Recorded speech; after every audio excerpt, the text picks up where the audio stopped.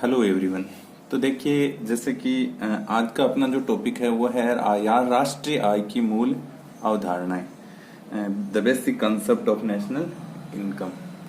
अब देखिए, एक वर्ड आया है राष्ट्रीय आय।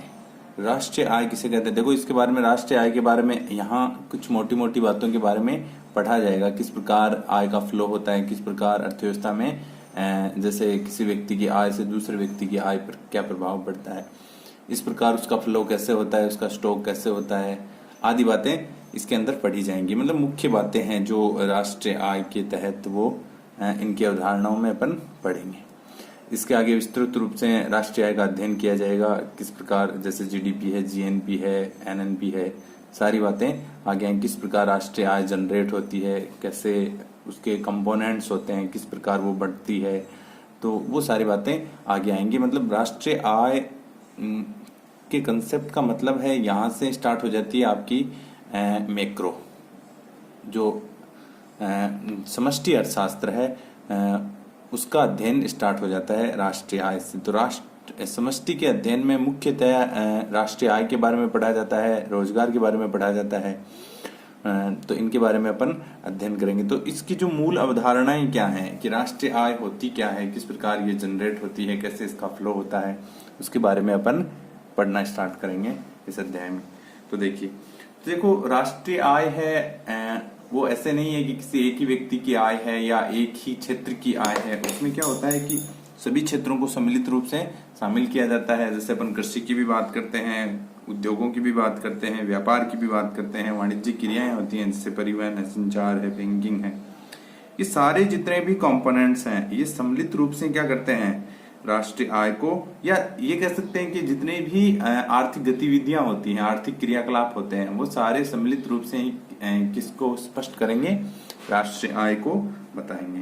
तो देखो, तो राष्ट्रीय आय की सहायता से एक देश के आर्थिक स्तर का भी पता लगाया जा सकता है कि कौन से राष्ट्र का आर्थिक स्तर कैसा है। उसकी राष्ट्रीय आय के द्वारा ही इसका पता चल पाता है कि अगर उसकी राष्ट्रीय आय बढ़ रही है, उसकी राष्ट्रीय आय सुदृढ़ है, तो इससे वहां के लोगों की आय भी क्या होगी, अधिक होगी, और उस देश का जो स्तर है वो भी क्या होगा, ऊपर होगा। तो फिर इसमें क्या होता है कि इसमें जैसे सभी लोग हैं, उस देश के सभी लोग हैं, उनकी आय के स्रोतों के बारे में अध्ययन किया जाता है। बहुत सारे देश ऐसे होते हैं जो निर्धन होते हैं। निर्धन होने का मतलब है वहां के लोगों की जो औसत आय है वो भी क्या है, कम है। कुछ राष्ट्र ऐसे होते हैं जिनको आप धनी देश कह सकते हो या विकसित राष्ट्र कह सकते हो। वहां के देश के लोगों की जो आय है, प्रति व्यक्ति आय है या औसत आय है, उसका स्तर अधिक होता है या ऊंचा होता है। तो देखो, इसमें जो पहली चीज है, ये अपन ने थोड़ी बहुत इसकी बेसिक चर्चा की कि क्या राष्ट्रीय आय होती है, इसका कंपोनेंट क्या होता है, इसके बारे में अपन ने थोड़ी बहुत चर्चा की। अब इसमें एक चीज आती है, एक होती है स्टॉक और एक होता है प्रवाह या फ्लो। एक तो होता है स्टॉक, छोटा क्वेश्चन बहुत बार आता है, स्टॉक व प्रवाह में अंतर बताइए। स्टॉक, एक होता है प्रवाह, स्टॉक और फ्लो, प्रवाह। तो स्टॉक क्या होता है? स्टॉक का मतलब होता है कि एक निश्चित समय बिंदु पर जब किसी चीज का अध्ययन किया जाता है तो उसको स्टॉक कहा जाता है। और प्रवाह होता है कि एक समय अवधि के तहत जब किसी भी चीज का अध्ययन किया जाए तो वो कहलाता है प्रवाह।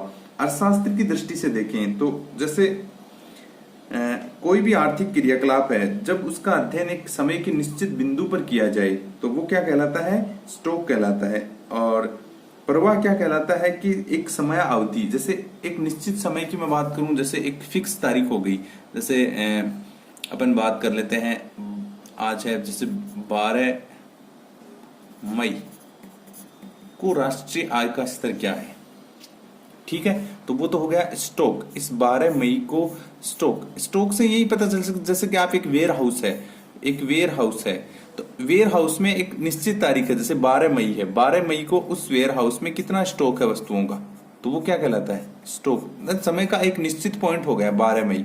और प्रवाह होता है जैसे एक समय अवधि, जैसे मई का पूरा महीना, मई माह, इसी वेयर हाउस में मई माह में कितना स्टॉक था, अर्थात वहां अब 1 मई से लेकर और जो मई का लास्ट दिन है उस दिन तक जो उसमें जैसे 30 मई है, उस दिन तक क्या होगा, उसमें जो स्टॉक रहेगा, चाहे उसमें वो स्टॉक आए या जाए, उस सारे की गणना की जाएगी। जैसे एक पूरे माह के अंतर्गत किसी व्यक्ति की या एक राष्ट्र की राष्ट्रीय आय है, उसकी जब गणना की जाए, तो देखो इसमें फ्लक्चुएशन होता रहता है, वो बदलती रहती है, परंतु एक स्टॉक का मतलब है एक निश्चित समय अवधि में। तो यहाँ क्या होता है, स्थायित्व ज्यादा होता है, यहाँ थोड़ी परिवर्तनशीलता पाई जाती है। तो ये है स्टॉक और प्रवाह में डिफरेंस।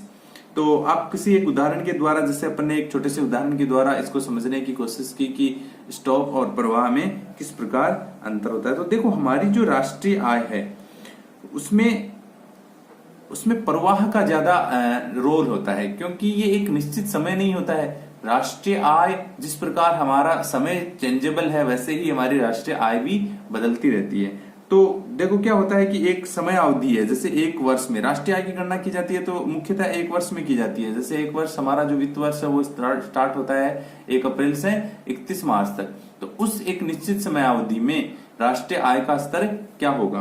तो इस प्रकार अपन स्टॉक और प्रवाह के माध्यम से, ये दो फ्लो हैं या दो कंपोनेंट हैं राष्ट्रीय आय के स्तर का पता लगाने के। अब देखो, अब इसमें जो एक होता है कि राष्ट्रीय आय का प्रवाह उत्पादक आर्थिक क्रियाओं से देश के लोगों के बीच चक्राकर, देखो एक बहुत इंपॉर्टेंट चीज होती है जो आर्थिक क्रियाकलाप है। देखो एक वर्ड आता है आर्थिक क्रियाकलाप।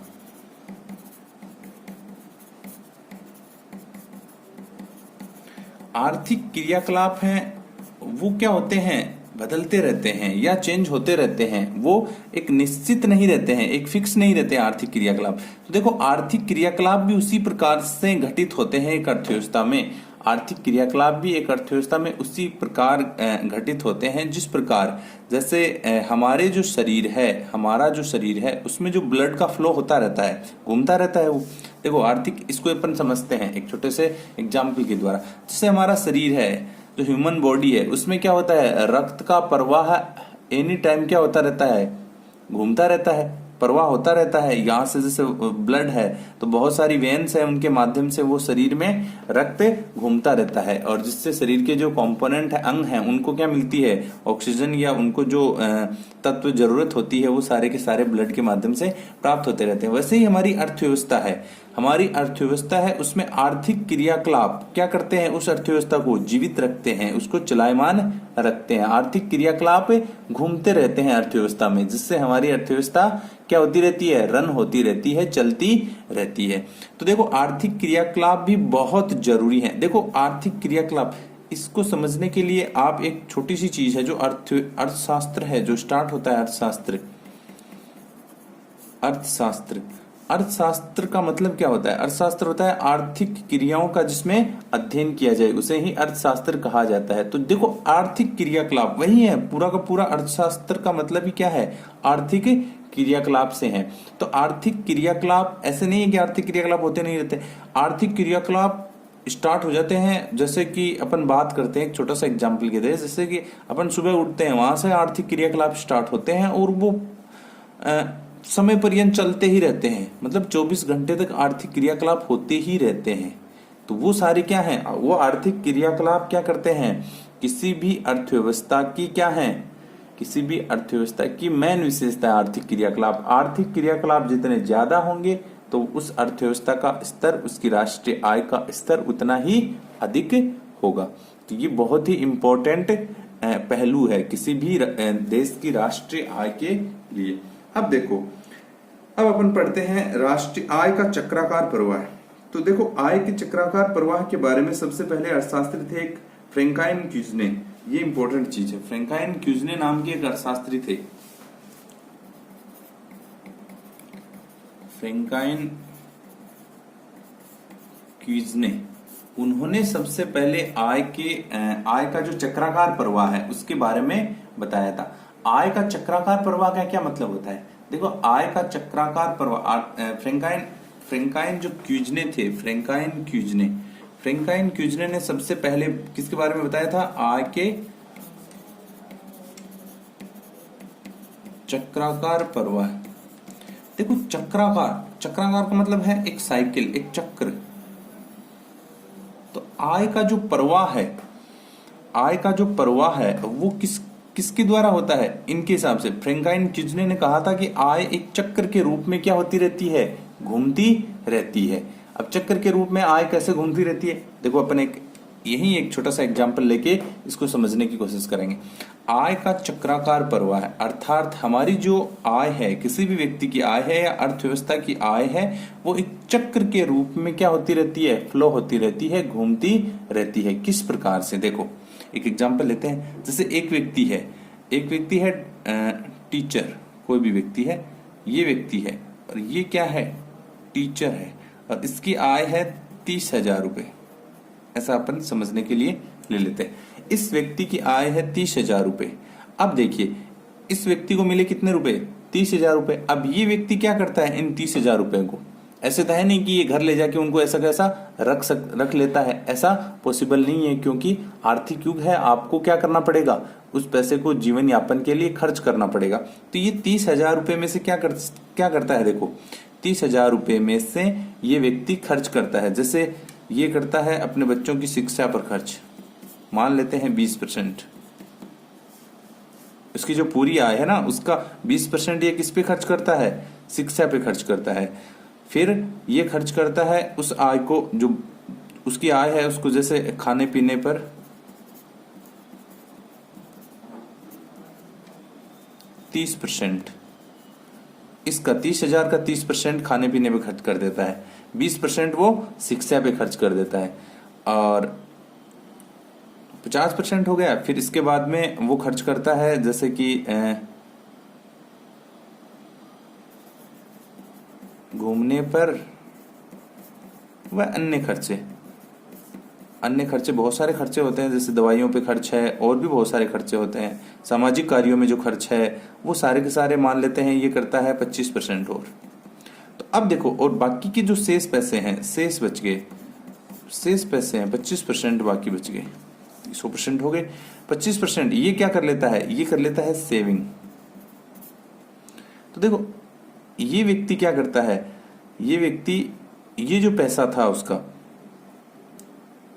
ये इसकी जो टोटल आय थी 30,000 रुपए, ध्यान से देखना, ये जो 30,000 रुपए टोटल आय है, इस आय को विभिन्न क्रियाकलाप है उनमें खर्च करता है। अब इसकी आय इस अर्थव्यवस्था में चक्र के रूप में कैसे घूमती है? देखो इस व्यक्ति ने 30,000 रुपए थे, उसमें से शिक्षा पे खर्च किए 20%, तो 20% शिक्षा पे खर्च होके कहाँ चले गए?